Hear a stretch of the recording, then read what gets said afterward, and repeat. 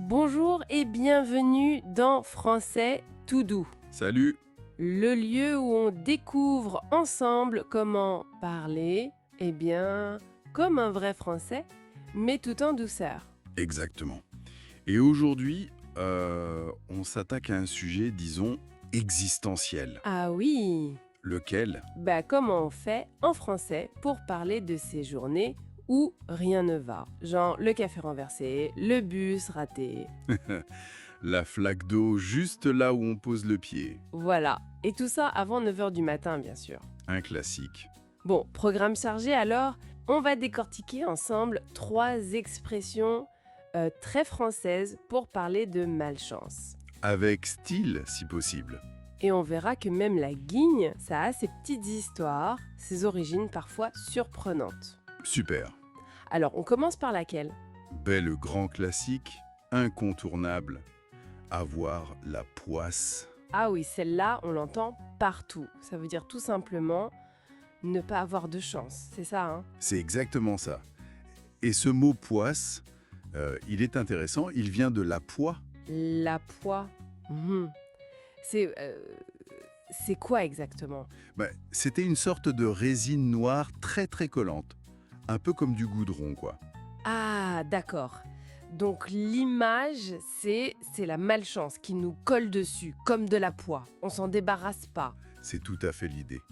Elle s'accroche, elle te lâche plus. Tiens, pour que ce soit plus clair, imaginons une petite scène. 2 amis, Léo et Julie. Julie a passé une sale journée. Ah là, qu'est-ce qui t'arrive encore, Julie? T'as pas l'air au top. Léo, laisse tomber. J'ai passé 1 heure à chercher mes clés. 1 heure. Devine où elles étaient. Sous le canapé? Dans le frigo. Non. Dans ma poche. Depuis le début. Et après, en courant pour pas être en retard, crac, j'ai déchiré ma veste neuve. Oh non, c'est pas vrai. Franchement, t'as vraiment la poisse aujourd'hui, ma pauvre. Voilà, tu vois, c'est typique. C'est une façon aussi de montrer qu'on comprend, qu'on compatit. Oui, c'est vrai. Et ça marche aussi pour les petits trucs du quotidien, j'imagine. Le genre de galère universelle. Ah bah oui, le montage du fameux meuble suédois, par exemple. Là, on a Thomas et Camille qui galèrent. Non mais c'est dingue. Regarde ça. Il manque la vis, la BZ7. La plus importante. On peut pas finir sans elle. Bah voilà, c'est la poisse, quoi. Classique. On est bon pour retourner au magasin. Un samedi après-midi. Quelle joie. Ah oui, je vois très bien la scène. C'est vraiment l'expression fourre-tout pour toutes les galères, petites ou grandes. Ça dédramatise un peu, non? Oui, je trouve aussi. Mais parfois, les ennuis, ils aiment bien venir en groupe. Et là, on a une autre expression. Un proverbe, cette fois. Ah oui? Lequel? Un malheur n'arrive jamais seul. La fameuse loi des séries, quoi. Quand t'as l'impression que tout s'acharne. C'est vrai que ça sonne un peu plus sérieux, peut-être. Un peu plus formel que la poisse. Oui, un peu plus soutenu. On l'utilise souvent pour consoler quelqu'un ou pour se plaindre, mais avec une sorte de philosophie. D'accord. Par exemple, au téléphone avec une amie qui accumule... Exactement. Imagine la conversation. Jouant une amie au téléphone, voix un peu paniquée. Non mais allô, catastrophe, la voiture qui démarre pas ce matin. Et là, je rentre, et paf, une fuite d'eau dans la cuisine. Ah, décidément. Écoute, comme on dit, hein, un malheur n'arrive jamais seul. Bon courage, ma belle. C'est ça. Parfait pour réconforter. Ou même, on peut l'utiliser avec humour, tu vois, genre au bureau. Ah oui, comment? Imagine, joins un collègue. Non mais c'est pas vrai.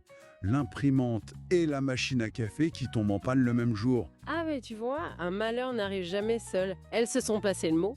Voilà. Ça souligne bien cette idée d'accumulation, de série noire. C'est clair. Bon, on a la poisse pour le quotidien, le proverbe pour les séries, et s'il y a une malchance, encore plus forte, plus tenace. Ah, là, on entre dans le registre de l'argot, avec un mot très coloré, la scoumoune. La scoumoune. Rien que le mot, ça sonne. Ça sonne un peu mauvais sort, non? Carrément. Et t'as raison, parce que l'origine, apparemment, ça viendrait de l'italien scomunica. Scomunica, Oui, c'est l'excommunication. oui. Et l'idée d'être banni, maudit par le destin. C'est plus puissant, plus chargé que juste la poisse, quoi. Ah ouais, quand même. Donc, avoir la scoumoune, c'est vraiment sentir qu'on est visé par une espèce de malédiction personnelle. C'est un peu ça. C'est plus théâtral aussi. Tiens, exemple au stade de foot. Mais c'est pas possible. C'est la 3e fois qu'il touche le poteau. Il a la scoumoune ce soir, cet attaquant. C'est pas permis. Ou alors il vise juste mal, hein. Oui, bon. Mais l'idée est là. Autre cas. Le barbecue prévu depuis des semaines. Allez, tout est prêt. Les grillades, les salades, le rosé au frais. La météo avait dit grand soleil. Et là, regarde-moi ça, le déluge. C'est pas possible. Quelle scoumoune! On dirait que le ciel t'en veut personnellement. Voilà. La scoumoune, elle a ce côté un peu personnel. Presque malveillant, tu vois. Je vois dire. C'est très imagé. Alors, si on récapitule, on a avoir la poisse, la malchance de tous les jours, assez banal. C'est ça. Ensuite, un malheur n'arrive jamais seul. Le proverbe, pour souligner l'accumulation, la série noire. Et enfin, avoir la scoumoune, le mot d'argot, plus fort pour une guigne qui colle, presque une malédiction. Exactement. Et tu remarques, toutes ces expressions, elles flirtent un peu avec la superstition. C'est assez présent en France. Ah oui, c'est vrai. Le fameux vendredi 13. Ah oui, contrairement à ce qu'on pourrait penser, c'est pas un jour où tout le monde reste caché. C'est un des jours où on vend le plus de tickets de loterie. C'est dingue ça. Genre, on essaye de retourner la malchance en chance. C'est un peu l'idée, ouais, défier le sort. Et il y a une autre histoire assez folle à Paris, au 19e siècle, la peur d'être très à table. Ah oui, j'ai entendu parler de ça. C'était si fort que ça? Apparemment oui.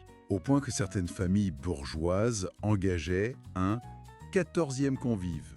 Un professionnel. Un 14e convive. Mais c'était un métier. Ah ben oui. Un invité payé pour venir dîner, être charmant, faire la conversation, et surtout pour que la tablée ne compte pas 13 personnes. Mais c'est incroyable. Le mec était un genre de briseur de malédiction professionnelle. Voilà, un conjureur de mauvais sorts mondain, quoi. Fallait y penser. Franchement. Quelle époque. Bon, espérons qu'en parlant de tout ça, on n'a pas attiré la poisse sur nos auditeurs et auditrices. Non, j'espère pas. Et puis, il faut rappeler une chose importante, apprendre une langue, ça, c'est pas une question de chance ou de malchance. Ah non, c'est clair. C'est plutôt une question de régularité, de pratique. Comme on dit aussi, petit à petit, l'oiseau fait son nid. Tout à fait. Bon, merci beaucoup d'avoir passé ce moment avec nous. Si ça vous a plu, si vous avez appris des choses, N'hésitez pas à soutenir Français tout doux. Abonnez-vous, laissez une petite note sympa, partagez.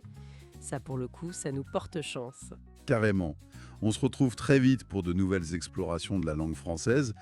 Et d'ici là, on souhaite à tout le monde de ne surtout pas avoir la scoumoune. Ou alors juste un tout petit peu, histoire d'avoir une bonne anecdote à raconter. Allez, à bientôt. Salut. Salut.